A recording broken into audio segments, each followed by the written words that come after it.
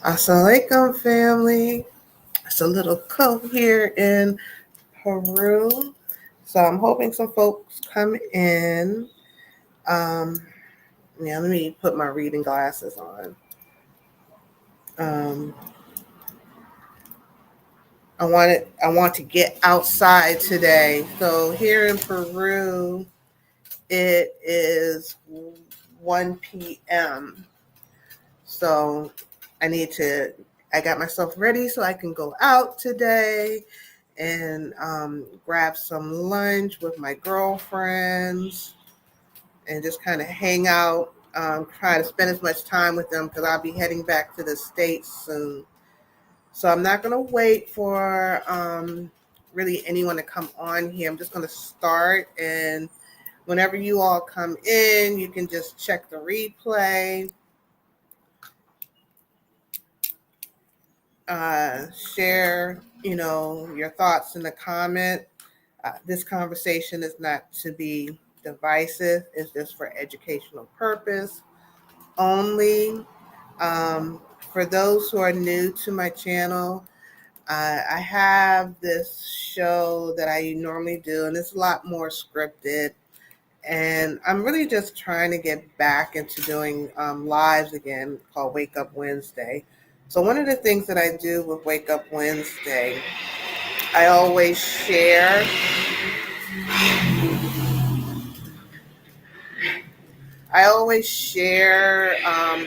different.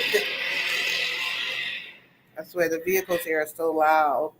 You can tell there's no emissions. But I always share things that's going on in the Black community, what's happening, and what I've been noticing. Well, first I want to say welcome to the live stream, everyone.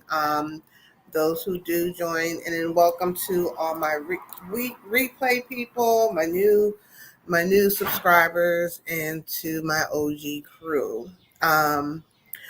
The topic that I want to talk about, right? I'm going to do a quick update. I'm reading my notes, so if you see me looking this way, because I need to stay on point so that I can make this quickly as possible. And eventually, I'm going to start even giving you all this little housekeeping, because you're going to know why I'm doing whatever. But quick up. So right now, I'm here in Peru, and I have been watching a lot of YouTube videos. It's a little chilly today. I've been watching a lot of YouTube videos about what's going on in the States. A lot of different TikTokers and just about what's been happening with the delineation of foundational Black Americans. And I'm going to be very specifically.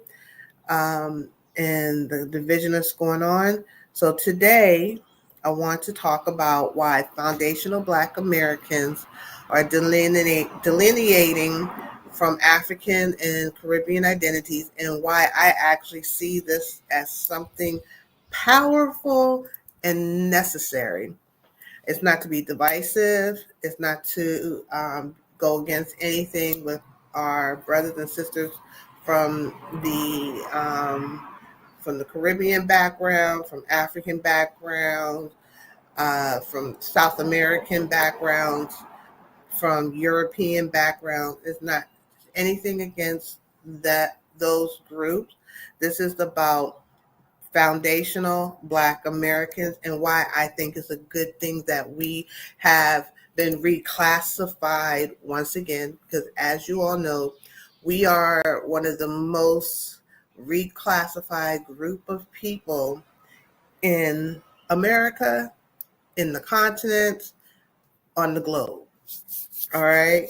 So I want to just kind of give some personal background, my experience with this classification thing that has a lot of people in an uproar, which I find extremely funny and interesting. So like I grew up in the DMV area in Maryland, in Fort Washington, Maryland, Prince George's County, one of the richest Black communities in America. It's just, I think it's in the top 10 list, the top 10 of where the most wealthiest Blacks live. And and then I grew up during the time when Washington, D.C. was called Chocolate City. And growing up in Fort Washington, specifically, because we have lived in other areas. I was born in D.C. We lived in D.C. for a while. Then my parents, went in Northeast Washington on, what was that, Fourth Street, Fifth Street, Fourth Street. I think we had a house there. And then my parents moved to Silver Spring, Maryland. And then from Silver Spring, Maryland, then they moved to Fort Washington, Maryland. And that's where I majority of my childhood was at my teenage years. And in Fort Washington, there was a very diverse community. We were one of the first Black families that was allowed, and that word is true, allowed to move in that community. So there was whites, there was Blacks, there was Asians, there was Caribbeans, and there were Africans who lived in that community of Fort Washington. Uh, and so my schools were predominantly white. And so in growing up in Fort Washington, specifically in Tantalon Square, we were just free. And I remember there was this one family who was African. I can't remember where they're from. I think they were Nigerian. And I remember none of the kids would play with them. And I'm not going to say why or whatever, but the children didn't really speak English. But I kind of had the mindset, and I know this was due to my parents, like, we're all the same. We're all here together. We're all going through the struggle. We all fought to be here. We believed in the immigrant lifestyle. And at that time, it was okay. Like they always let the European immigrants in, but they made it hard for the African and Caribbean. I think the Caribbeans were the first group that really came in. And then when the Africans came in, they made it hard. So, Black Americans really rock with them, like, come on in, very inclusive. But I remember that the two children, they were a boy and girl, their parents wouldn't let them play with any of the other children. Me, as I think at the time I was 6 years old, I didn't think much about it, but they did allow them to play with me.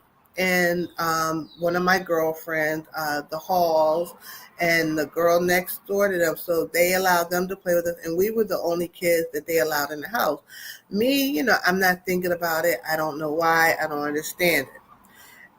As time started going on, when you started seeing more Africans come in to the country, I remember my mom started saying things which was beginning to be kind of opposite of what I grew up with, because she was always pro-African, because my mother is part African. Her father is from Senegal. But I started noticing she started saying things where it wasn't the nicest. And I'm like, Mom, aren't you African? And she's like, I just don't like the way they come over here and act. I didn't really understand it. So even though my parents taught me unity, like we all have the same oppressor, we should stand together, I started seeing a shift like in the community, where before it was very inclusive, and then I started seeing some separation. And then when the era of the African American came in, and Jesse Jackson, I think it's Jesse Jackson, he coined the phrase, and how FBAs, we embraced it, like, yes, we're all one people, we're all Africans, we should be oneness, and to be Black and proud. And that's how I grew up. My uncles, my aunts, my mom, everybody was wearing dashikis, and it was cool. So I'm like, okay, that's cool.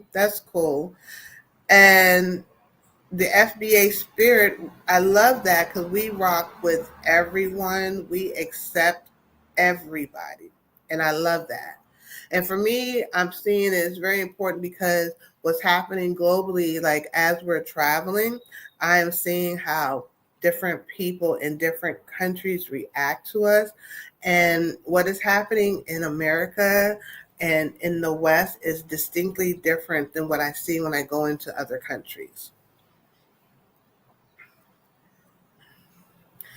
So as time gone on and years go on, I remember when I started meeting more people from other cultures, becoming friends with them, and I would say, "Oh, you're African American too," and they would quickly, as immigration would go, and I think this was in my high school year, and I was like, "Oh, y'all African American too," and they were like, "Oh, no, no, no, no, I'm Jamaican American, I'm Jamaican, I'm Nigerian, I'm Ethiopian." They made very distinct separations from us. They were like, "Oh," I was like, "But y'all from Africa too," or and they were like, "No, no, no, no, I'm from Jamaica," you know. So I'm like, "Oh, okay, cool." It's like I didn't understand at that time that it was like I looked at it as national. They were pride of their nationality, and I'm like, that's good, that's cool. And I was like, okay, no problem. It wasn't a problem at first, but soon, what I started noticing, and this is before I started traveling to melanated countries, because what I learned, you know, was what I was exposed to here in America, that a lot of those melanated groups started speaking talking points of the colonizer, talking points of white supremacists, the same talking points about Black Americans. And I was like, why are they echoing these negative and condescending views about FBAs? And I didn't understand it. And then, and this was something I always heard, and I didn't get it, and I still don't get it, and I will never get it. Um, they will say things to me like, "Well, you're not like them." I'm like, "How the hell I can't be like them when I'm one of them?" Which doesn't make sense. And I was like, "We're not a monolith group. Like we come from different lineage in America. America's biggest. Africa got 54 countries. We have 54 states. Some of our states are the same size or bigger than some of these countries, which in Europe and different places. Like every Black person in America, and I'm talking about Black foundational Black Americans, are not a monolith. So when I used to hear this, I was like, okay, and I'm still very young and I'm still learning of the world. My travel has been really minimized to just Europe by this time, because I've traveled all across Europe because I have family in Germany as well. Because foundational Black Americans, we went through an ethogenetics. So we're a very mixed tribe. So like I'm very different than those people from New Orleans. I'm very different from those people from New England. I'm very different from the people from California. Wherever, Mississippi, we're all very different depending on where your family comes from. And the thing that I love about us is that we can trace our lineage all the way back to the inception of this country, all the way back to the 1700s. There were freemen here from the very beginning. So I love that about us, because we can trace our lineage back where a lot of Africans and Caribbeans cannot, because their countries are relatively new. They only know where they came from because that's where their parents said they came from. But what I'm finding interesting is we can trace our lineage to this country, and it's not good enough. And the history of America, not specifically United States, has been well documented. And now I'm just seeing the conversations and how it's going. And then when the government started grouping, with the census, because we have a big fight with reparations. The reparations is real. I believe in reparation. When the government started grouping, blacking, that's our history, has been blacked out. But when the government started grouping, and I'm just sitting here watching, and I just love the way we fall on code, like without even talking to each other. It just naturally happens. But when the government started grouping all of us blacks and started erasing, trying to erase our unique lineage and struggle, um, especially when I started hearing, and I'm not going to say names, but those who are in office now wanting to close down the African American History Museum, the wanting to get rid of Black History Month, and wanting to remove certain books out of the Library of Congress. That's what they did with ancient Egyptians and their history, wanting to black our history out even more. I love the way how we all got on code immediately. Our ancestors have always warned us about this. I grew up hearing about this because I grew up listening to the repatriation discussions in my home about the lineage fight, about how, they didn't want us to get access to the land. So the reclassification kept happening, kept happening, kept happening, kept happening. So these are conversations that I grew up hearing, but I was too young to really understand the importance of it. And now, I feel like for me, having children and grandchildren, and everyone is of mixed heritage, that they really understand our histories as foundational Black Americans and what that means here in this country. And what I want to start discussing it, like what I want to say now, like why I feel delineation really matters. And it has nothing to do with, let me put it, I want to share why there is a difference between division and delineation. Because what is happening and what I'm seeing with all the conversations that are happening now, people are trying to say that because we are delineating, we're being divisive. And that is another white supremacist talking point, because no one else was called divisive when I was growing up. If I said, "Oh, you African," "Oh, what's up, my Black brother?" "Oh, no, no, no, I'm Caribbean," or let me not make accents, but no, I'm Caribbean, or like, "Oh, okay," "Oh, no, no, no, I'm Nigerian. I'm not African. I'm not African American. I'm not Black American," or whatever we were called at that time. I'm not Negroid, because we are the most reclassified group of people on the planet, from the time this country was created. But when I was growing up, if someone said, "No, no, I don't want to be called that," it was not a problem. It really wasn't. It was like, okay, that's cool. That's cool. Um, but now what I'm seeing is it's the problem when now that Black Americans, Foundation Black Americans, want to delineate their culture. And it's about preserving our heritage. Delineation is about protecting our story and not upholding his story. Delineation is about holding our lineage accountable and embracing it, and letting people know, like, we have a strong griot culture here in the foundational Black American culture. We have a strong, and we have passed down stories from down along the generation. The pride in seeing FBAs get on code, united when attacked, I love this. I absolutely love it.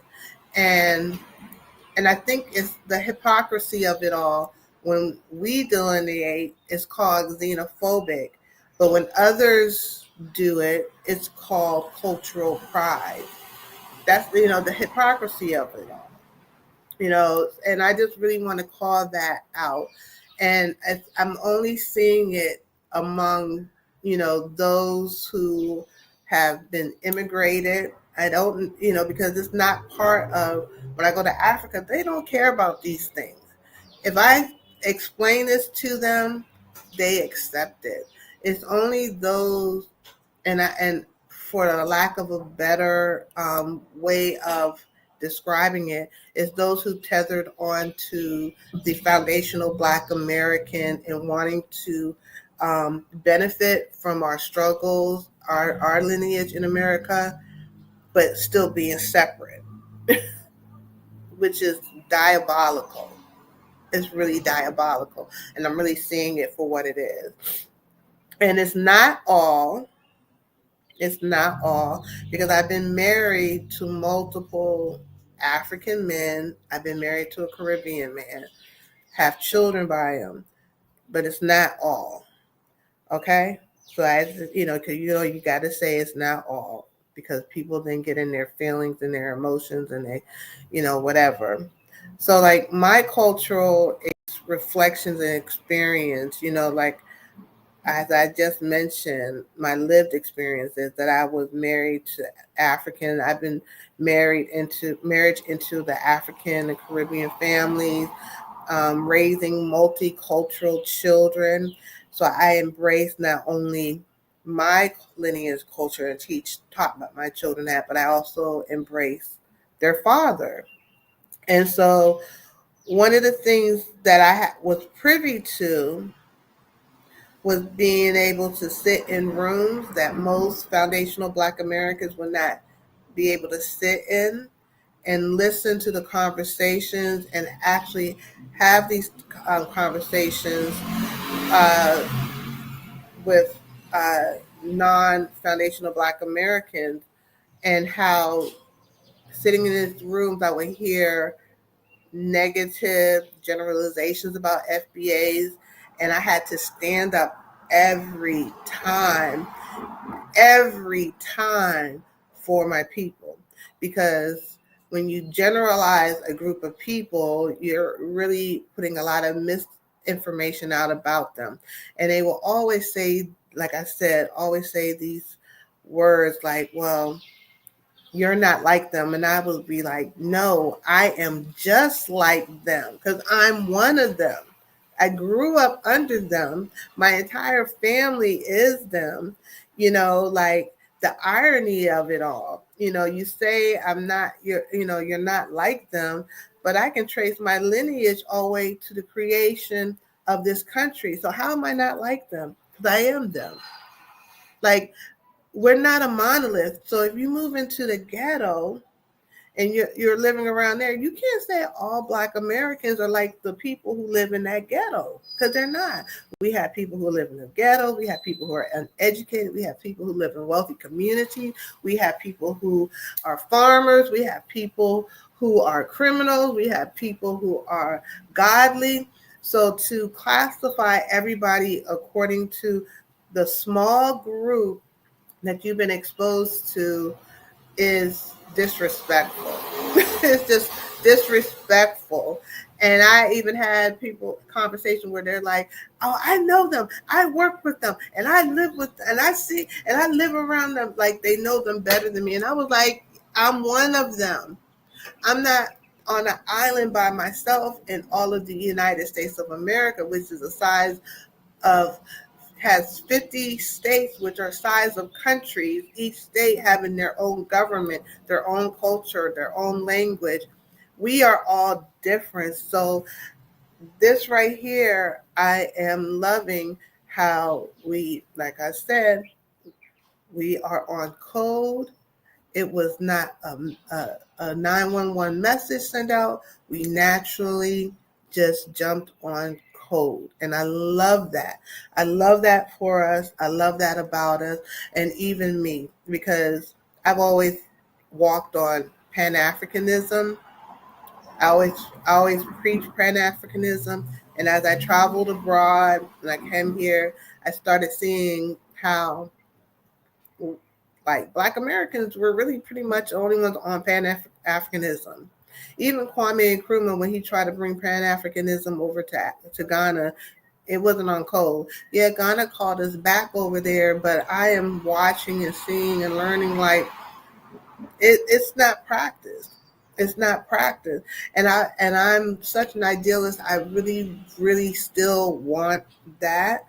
However, I'm foundational Black American first. My blood runs deep in this country. I love my country. My children are here. I passed the baton on to them. I'm on the next phase where I want to sit back and chill and relax. However, I will use my voice to speak out for my people because I do have children who are foundational Black Americans, and I do have grandchildren who are foundational Black American. And like I said, I love how we're just jumping on code. I love it. And if you jump on here now, just go back to the replay. I'm going to keep moving forward because, like I said, I got to go enjoy Peru today. I'm enjoying my break from America KK. But my broader perspective on like how this is happening, being abroad, it really helps me see the beauty of every culture in its homeland. Let me repeat that.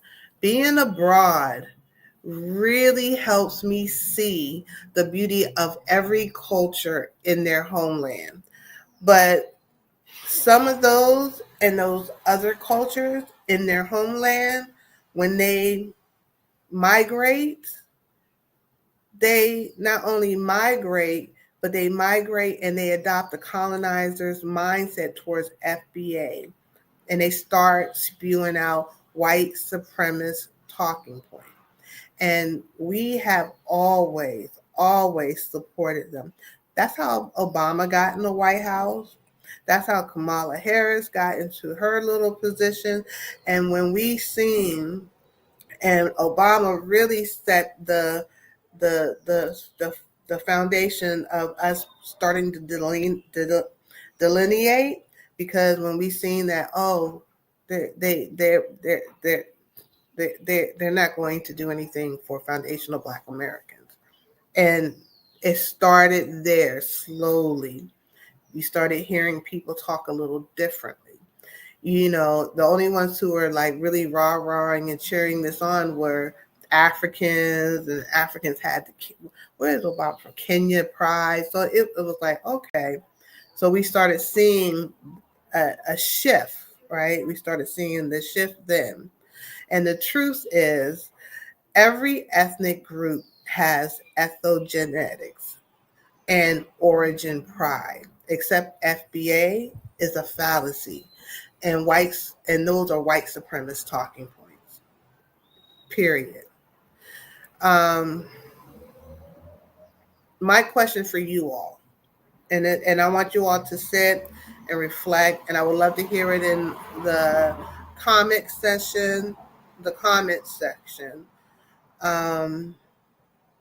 Why are we, FBA, Foundational Black Americans, are the only ones discouraged from claiming our lineage? Think about it. Just think deep and hard about it. Think deep and hard about it. And I'm just going to kind of go through, it's a small little history that every Black American knows. Foundational Black American knows. We're not talking to Caribbean Americans. We're not talking about, this is things that our grandparents, our great-great-grandparents, our great-great-great-great-grandparents, all the way up to, I think like 7, 8, 9, 10 generations back. We passed this down. The slave trade went to the Caribbeans and South America first. To let you know how big South America is, because they try to make South America look small, but to let you know how big South America is. I'm in Peru right now. Peru is fly. Peru, I think, is 3 times the size of Texas. Peru is bigger than Alaska, and Alaska is huge. Peru, if you put it on the map,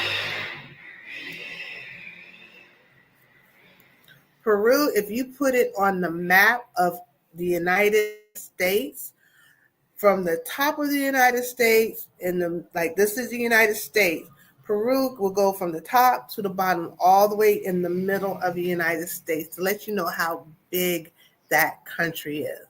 And Peru has multiple countries, a lot of countries. Look it up. Let me see. Let me see how many countries.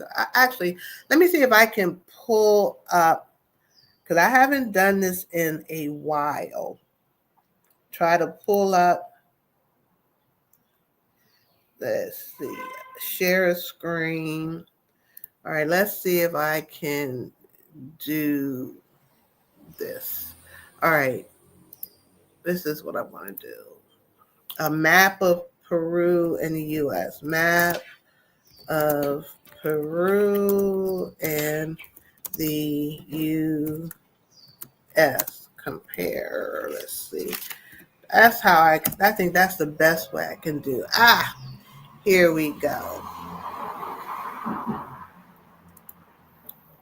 I think this will give you a really good idea of how big Peru is.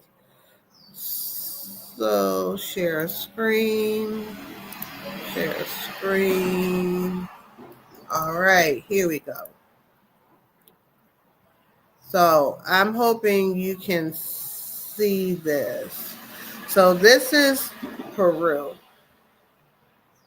All right. Peru is massive, and that's one country in Peru. And let me see how many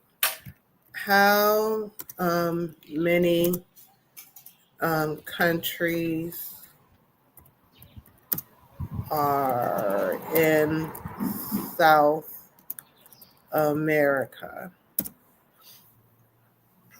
All right, so there are 12 sovereign countries in South America. All right, but the list of countries in South America.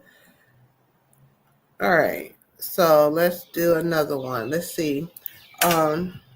South America versus North America in size. I'm just curious to how that would look. Image.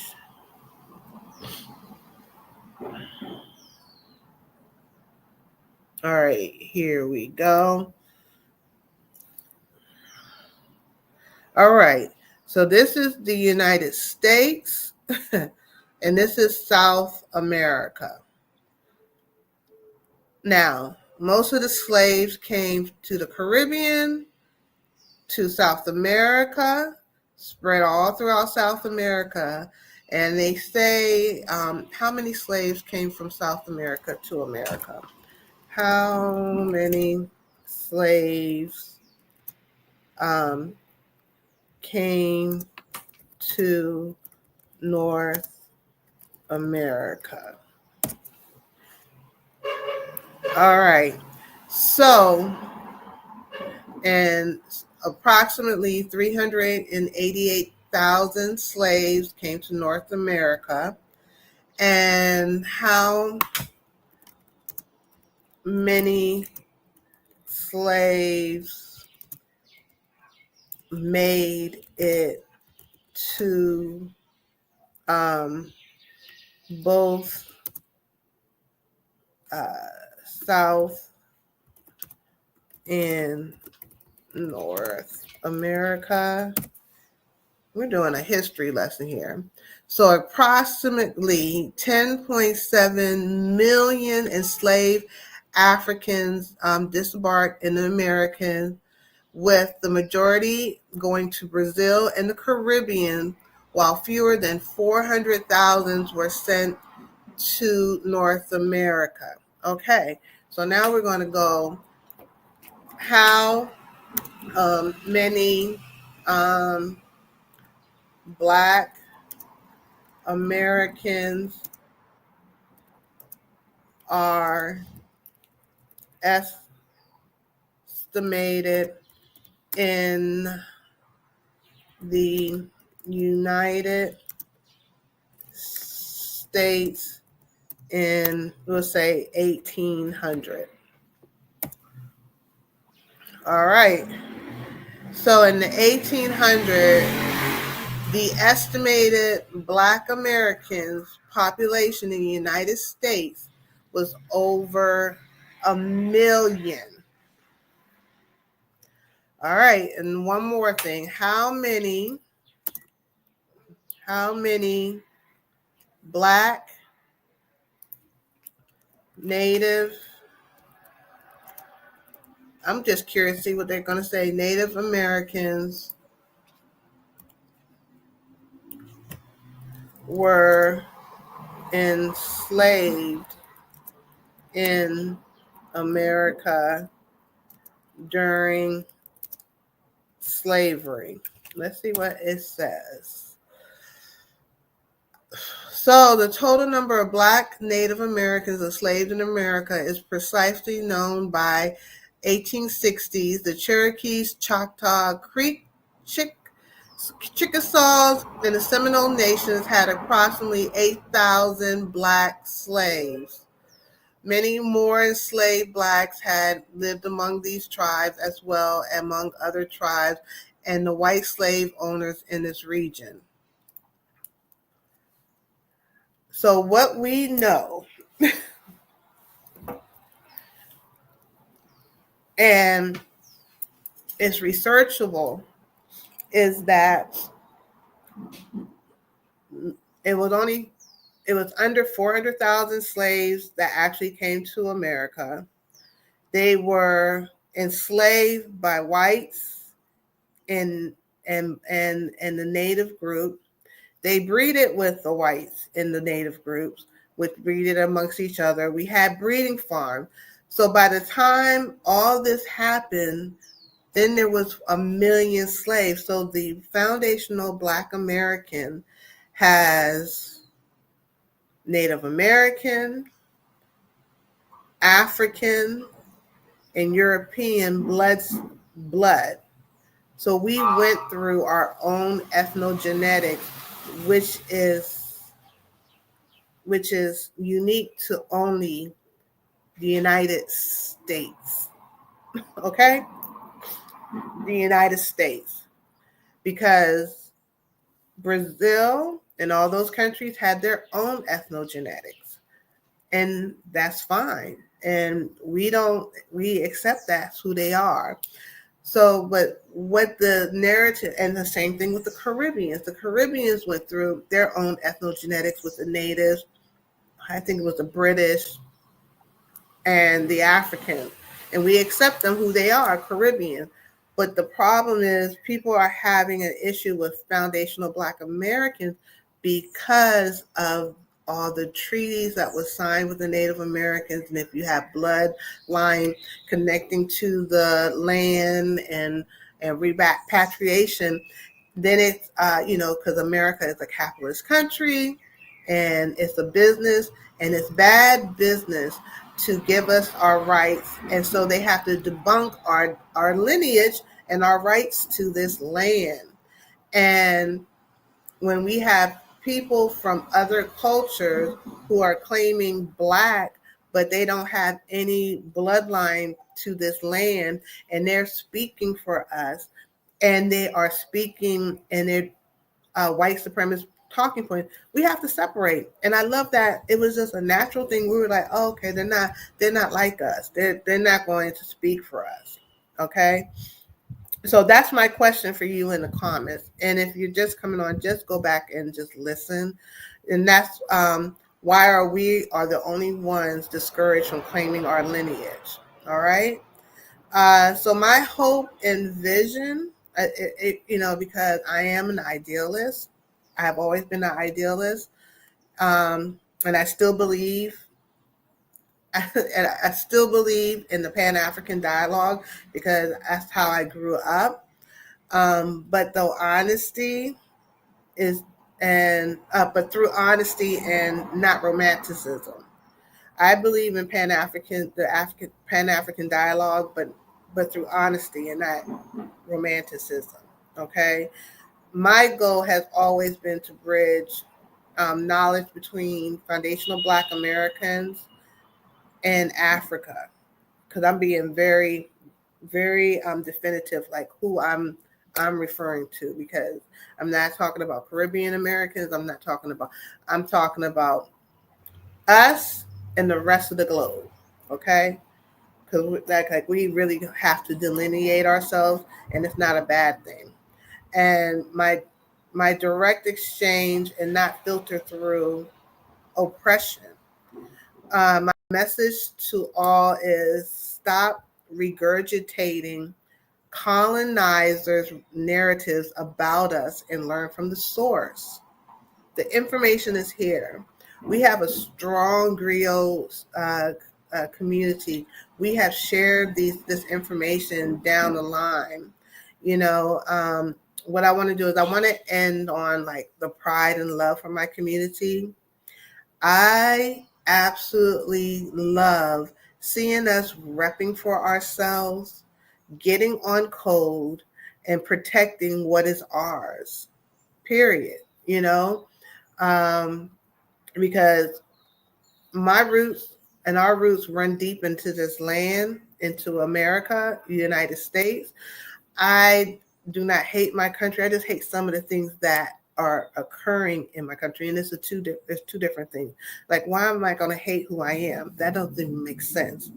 And I feel sorry for all those people who are like that. But it is what it is. And I just want to say, shout out to Kendrick Lamar. I love that. I love what he did. I love that he was just on code automatically. And I love the fact that, it really exposed people who are culture vultures. And that's, like I said, I'm not trying to be divisive. I just have to speak my truth. But because a lot of them thought it was all about the Drake beef. And yeah, he threw some jabs at Drake, but it was also a bigger picture. It was a bigger picture when it's like, they not like us. It was kind of like, it was symbolizing a cultural clarity of like who we are as foundational Black Americans. And he put a highlight on it. And I'm laughing when I see people, like when I watch this people on TikTok, they're like, I didn't come to the Super Bowl to watch all of this stuff, and I have to think and this and that. And I was like, oh yeah, because they're not like us, because like foundational Black Americans, we are innovative people. We are creators. We are originators. We take the mud and create something magnificent about it. We make it more flavorful, from fashion to our even the way we speak. Like everybody across the globe is talking like us. Our African American vernacular language. How is that? AAVE, African American Vernacular English. Sometimes I have to think about it. But I love how we switch things up. Our things are like, I think what's getting people confused about how when they say like, African American, Black Americans, foundational Black Americans don't have a culture, because they don't understand our culture. And that's part of our culture, because we always got people thinking about it. When I grew up, when I was like young, and I was one of the first Blacks that went to my school, so it was still very separate. And so we kind of grew up differently. Like the white kids kind of hung out together. We might went to a school, but the white kids hung out together. The Asian kids kind of hung out together. And, then you always had some white kids who wanted to be down, especially in college. And we'll come up with like some kind of way of doing something, some words, some slang. And then we start seeing white kids use it. And we're like, oh, or they'll be putting in their music videos or whatever. We were like, oh, we got to switch this up. And we would just change. And we change before they even realize. And we're looking at them and we're just like, oh, yeah. That is the foundation of Black Americans are. We're innovative. So because I think a lot of people who are from like Africa, and they do the same old thing, century after century, the same old food, the same kind of talk, like language. And that's a beautiful thing. That is a beautiful thing. Being a foundation of Black America, that is what we always have done. Because the second, that's how we communicate with each other, because we were able to speak our language. So we did songs to, and the colonizer, he would be sitting and singing a song for him. He would be dancing, and he would be singing, and we'll be best passing messages to each other, passing messages back and forth. And before he would pick up on what we were saying, we done switched the message up. That's how the Underground Railroad, they were able to send messages about what time we're leaving, what time we're going here, what time this, what we need to do, because we have always done that through song. So what happened with Kendrick Lamar, lack of a better way of explaining it, tethers who have now become part of, who attach themselves to Black American culture and want to say it's their culture, is they didn't even understand what we were talking about. They didn't understand what was going on, but we knew exactly what the message was about. And I love that. So our culture is about innovation. We have so many inventors. We've been inventors. We created language. And that is our culture. A lot of people want to talk about, hip hop, this and that. No, innovation is Black American culture. That's just us. Whether it's fashion, language, food, everything, our swag. I absolutely love that about us. So shout out to Kendrick Lamar. I love that about him. I'd invite you all to the conversation. What do you all think about this new era of delineation and pride? I want you to think about that. Share it in the comments if you're on the replay. And I just want to end it with gratitude, and I appreciate everyone who took the time out to listen to this conversation, to leave their thoughts, whether it's negative or positive. And we can love each other's culture and still love ourselves first. There's nothing wrong with that. And this is your girl Empress. This is the Global Green Book. Make sure you like, comment, and share this conversation. If you're from an immigrant background, have these conversations with your family. Foundation of Black America's delineating has nothing. It's not divisive. It's just about embracing our own culture, our own lineage, and letting people know that stop talking these white supremacist talking points. That's divisive. Anyway, I just want to say thank you for watching, and until next time, peace.